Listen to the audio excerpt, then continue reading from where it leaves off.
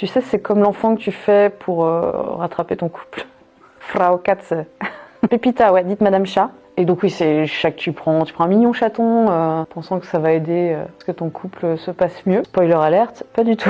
Donc après, je suis partie vivre dans mon petit studio avec Madame Chat. C'est une chatte tigrée rousse, écaille de tortue. Donc avec le caractère attribué traditionnellement aux écailles de tortue. C'est un espèce de chat-chien. Tu lances une boulette, elle rapporte la boulette. Elle s'exprime beaucoup à miauler, on discute beaucoup toutes les deux. Ouais, le seul côté chiant, entre guillemets, c'est zéro médicament. C'est-à-dire impossible de lui faire gober quoi que ce soit. Une furie. Et en fait, elle a développé, elle, une hyperthyroïdie. Je crois qu'elle a perdu beaucoup de poids. Avec du coup un foie qui était en souffrance. Elle a pas voulu se soigner quoi. À l'époque, j'étais suivie en éthiothérapie. Je sais plus s'il y avait eu des coms ou quoi. L'idée c'est qu'elle était apparue en vie antérieure de sorcière. A priori, cette Madame Chat vivait déjà avec moi sous forme d'un hibou, avec ses grands yeux ronds. Et ouais, en fait, ça a été tous parallèle par rapport à la vie de guérisseuse, qui est de dire mais en fait tu veux faire du bien et puis t'en fais et puis tu vas un peu plus loin. Et en fait, petit à petit, t'as ce syndrome du thérapeute et que j'ai retrouvé déjà chez des thérapeutes avec qui j'ai arrêté la collaboration. Et ouais, t'acquiers une espèce de toute puissance qui a des dérives quoi. Le côté sauveur,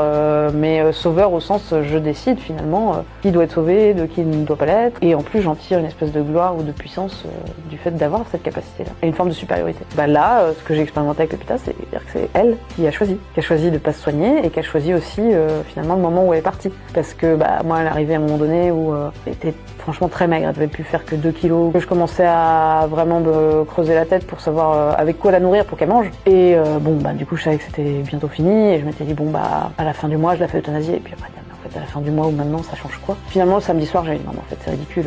On va se battre pour qu'elle mange, pour derrière la faire partir, enfin ça rime à rien. Dès lundi je prends rendez-vous. Dès la nuit ma chatte m'a dit non c'est maintenant parce qu'en souffrance, pas bien, faire des allers-retours aux toilettes, tu trouves un veto de garde, machin, tu l'emmènes et donc je lui ai fait mes adieux là-bas. J'ai pleuré pour cette bête, je pense vraiment toutes les larmes de mon corps. Tout le monde pige pas ça quoi, mais franchement j'ai plus pleuré que pour des membres de ma famille qui étaient décédés avant quoi. Pour l'avoir tant pleuré pour autant, aujourd'hui c'est serein. Ça me picote l'œil, est-ce que ça veut dire que c'est pas complètement serein?